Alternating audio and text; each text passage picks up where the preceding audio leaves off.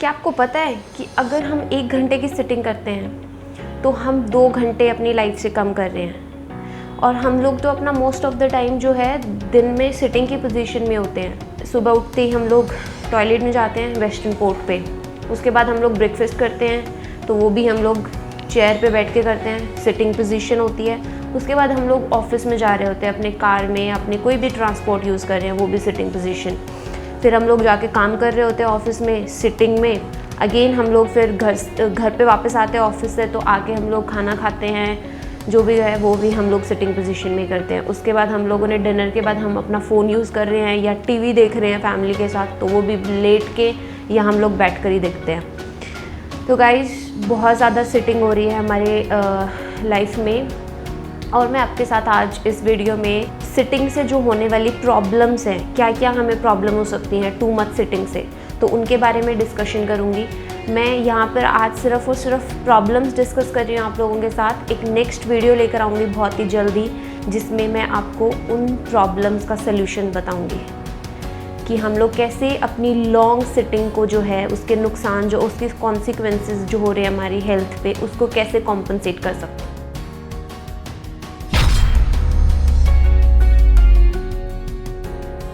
Hello guys, my name is Kailash and welcome back to my YouTube channel Kash fitness. तो चलिए, हम लोग जैसे प्रॉब्लम्स में आप लोगों को बता रही थी कि हमें टू मच सिटिंग से क्या क्या प्रॉब्लम हो सकती है, तो हम जल्दी से एक बारी फटाफट अपने पॉइंट्स के गो थ्रू जाते हैं कि क्या क्या प्रॉब्लम्स हो सकती हैं। Number 1 back pain, number 2 neck pain, number 3 weight gain, number 4 carpal tunnel syndrome, number 5 breathing dysfunction.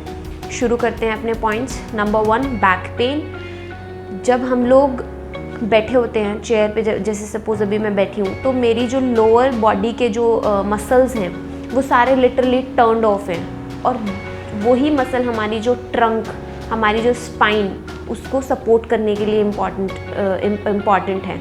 तो वो जब वो मसल्स, कनेक्टिव टिश्यू, लिगामेंट्स वो टर्न्ड ऑफ हो गए, वो अपना काम ठीक से नहीं कर रहे हैं, तो अब क्या होगा, हमारी बॉडी को अपने आप को स्टेबल करने के लिए कॉम्प्रोमाइज़ पोजीशन में जाना पड़ेगा।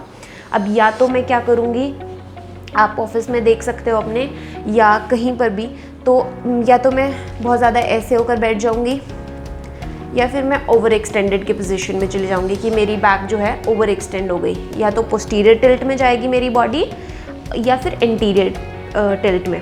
तो दोनों ही सिचुएशन जो है हमारी लोअर बैक के लिए बिल्कुल भी सेफ़ नहीं है। और धीरे धीरे आप शुरुआत में कुछ दिनों तक आपको कोई पेन फील नहीं होगा, धीरे धीरे करके आपकी बॉडी जो है आपको सिम्टम्स देना स्टार्ट कर देगी, आपको पेन होना स्टार्ट हो जाएगा बैक में। Number 2 neck pain.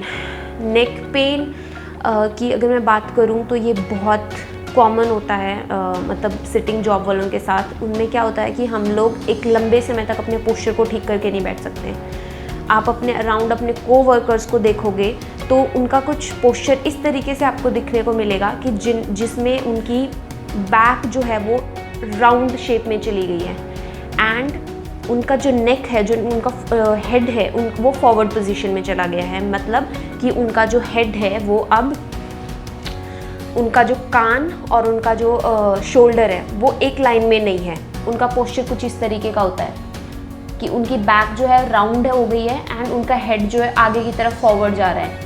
मतलब अब एक लाइन में नहीं, आपके ईयर एंड आपके शोल्डर एक लाइन में नहीं है। ये ऐसा क्यों होता है? जब हम लोग किसी चीज़ पे फोकस कर रहे हैं या कुछ काम कर रहे हैं, उस पर अटेंशन पे कर रहे हैं, तो टेंडेंसी है नेचुरल सी कि हम लोग आगे की तरफ अपना हेड ले जाते हैं फोकस करने के लिए उसके ऊपर। तो इससे क्या होता है, अगर मेरा हेड जितना आगे जाएगा उतना ही ज़्यादा वेट जो मेरे हेड का है वो अपनी स्पाइन पे पड़ेगा। जैसे अपना हेड का वेट होता है आइडली 4 to 5 kg, अगर आपका हेड 1 इंच भी आगे जाएगा अपनी अलाइनमेंट से, तो आपकी जो है स्पाइन पे डबल वेट, आपके हेड का डबल वेट आपकी स्पाइन पे पड़ेगा। और किस सेगमेंट पे पड़ेगा स्पाइन के? आपके सर्वाइकल स्पाइन पे, क्योंकि यही जो पोर्शन है हमारा, ये वाला जो पोर्शन है, यही हमारे हेड के वेट को जो है होल्ड करके रखता है। तो इसीलिए हम लोगों को नेक पेन या हमारे शोल्डर्स में जकड़न सी फील होती है, या सर्वाइकल का जिसको बोलते हैं कि सर्वाइकल पेन हो गया है, वो सारे जो है आपको पेन या इंजरीज आपको हो सकते हैं। नंबर 3 पॉइंट है हमारा वेट गेन। आपने ये नोटिस किया होगा कि जब आपकी लाइफ ज़्यादा सेडेंट्री हो जाती है, मतलब आप ज़्यादा एक्टिव नहीं होते, या आपने जब ऑफिस नया नया स्टार्ट करा है, आपकी नई नई जॉब स्टार्ट हुई है, तो उसके कुछ टाइम के बाद आपने एक्सपीरियंस करा होगा कि आपका जो वेट है वो पुट ऑन हो गया एकदम से। तो आप लोग भी सरप्राइज हो गए कि ये क्या रीज़न हो रहा है मेरे साथ। तो सिंपली इसका रीज़न मैं अगर बताऊँ तो आपका जो है 8 से 10 घंटे वाली सिटिंग आपका ये वेट गेन का रीज़न है। क्यों? अब आप बोल भी रहे होगे ये कि आप सोच रहे होगे कि मैं तो एक्सरसाइज डेली कर रहा हूँ, मेरा 1-1.5 घंटे का सही से वर्कआउट मैं करता हूँ, अपना जिम जाता हूँ या साइकिलिंग करने जाता हूँ, रनिंग करता हूँ, स्विमिंग करता हूँ, कुछ भी आपका एक स्ट्रक्चर्ड वर्कआउट आपने बनाया हुआ है, लेकिन आपकी जो नीट है वो बहुत कम हो गई है। NEAT means non exercise activity thermogenesis, मतलब वो सारी एक्टिविटीज़ जो हम दिन भर में करते हैं, मतलब वॉक हो गया कि मैं यहाँ से उठकर टॉयलेट के लिए जा रही हूँ, वो मेरा वॉक हो गया, या मैं स्टैंडिंग पोजीशन में हूँ, किसी लाइन में खड़ी हूँ, किसी चीज़ के वेट कर रही हूँ, या मैं भागकर बस पकड़ रही हूँ, या एलिवेटर में भाग के चढ़ रहे हैं, या बच्चों के साथ खेल रहे हैं, या फिर हाउस होल्ड के जितने भी काम हो गए वो सारे के सारे नीट में आते हैं। और यहाँ से ही आपका जो है एक बहुत डिफरेंस आ जाता है।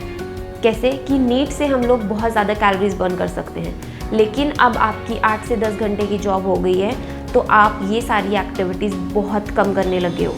और जब हम लोग सिटिंग में होते हैं तो हमारी बॉडी बहुत कम कैलोरीज बर्न करती है। तो इसका सिंपल यही रीज़न है कि आपकी जो एक्टिविटीज़ कम हो गई हैं और आपकी कैलोरीज़ का बर्नआउट भी कम हो गया है, तो इसीलिए आपको वेट गेन होना स्टार्ट हो गया आपका। नंबर 4 है हमारा carpal tunnel syndrome. Carpal tunnel syndrome में क्या होता है कि हमारी आपने कभी फील भी किया होगा, या बहुत सारे लोग इस प्रॉब्लम से जूझ रहे होते हैं कि उनके आर्म में या उनकी फिंगर्स में टिंगलिंग या एक सेंसेशन की फीलिंग आती है उनको। तो उसका रीज़न क्या होता है, जैसे मैंने अपनी नेक पेन के उसमें बताया था पॉइंट में कि हमारी जो हेड है वो फॉरवर्ड पोजीशन में चला जाता है। उसकी वजह से क्या होता है, वहाँ से जो नर्व्स निकल रही होती है, जो हमारे स्पाइनल एरिया से जो नर्व्स निकल रही होती है, वहाँ उस नर्व का एक मीडियन नर्व है नाम उसका, तो वो कहीं ना कहीं कंप्रेस हो जाती है, और उसकी वजह से आपको ये जो टिंगलिंग, नमनेस, वो सारे सिम्टम्स आपको आना स्टार्ट हो जाते हैं। और ये ऑफिस गोइंग लोगों में या जिनका ज़्यादा टाइपिंग का काम है, इन लोगों में ज़्यादा से ज़्यादा देखा जाता है ये प्रॉब्लम। Number 5, breathing dysfunction. इसमें क्या होता है कि जब हम लोग सिटिंग की पोजीशन में होते हैं तो हमारा जो ब्रीदिंग मैकेनिज़्म होता है कि जिसमें हमें अपने बेली को यूज़ करना चाहिए या हमें डायफ्राम को यूज़ करना चाहिए, वो अब हम नहीं कर रहे हैं। हम अपनी चेस्ट मसल्स को यूज़ कर रहे हैं या अपनी नेक की मसल्स को यूज़ कर रहे हैं ब्रीथ करने के लिए। तो इससे क्या होगा, इससे हमारी बॉडी पे एक तरीके का स्ट्रेस ऐड ऑन होता जाएगा। वैसे ही स्ट्रेस जैसे हम लोग अगर पूरा दिन कॉफ़ी पिए या कैफ़ीन कंज्यूम करें तो हमें रात को सोने में प्रॉब्लम होती है, उसी तरीके का स्ट्रेस हमारी बॉडी पे कंटिन्यूसली बना रहेगा। और हम लोग दिन में एटलीस्ट 20,000 ब्रेथ लेते हैं। तो आप लोग देख सकते हो कि अगर हम लोग 8 से 10 घंटे अपना सिटिंग की पोजीशन में होते हैं तो हम लोग कितना, हमारा जो ब्रीदिंग मैकेनिज़्म है वो कितना इम्पैक्ट हो रहा है। तो गाइज़, ये कुछ हमारे प्रॉब्लम्स थे कि हमें लॉन्ग आवर्स की सिटिंग से क्या क्या कॉन्सिक्वेंसेस हो सकते हैं हमारी हेल्थ पे। तो आज सिर्फ प्रॉब्लम्स हम लोगों ने डिस्कस करी। अब नेक्स्ट वीडियो में हम लोग जो है सॉल्यूशंस को डिस्कस करेंगे कि कैसे कैसे हम लोग इन कॉन्सिक्वेंसेस को जो है किस हद तक कैसे कम कर सकते हैं। Thank you so much for watching my video.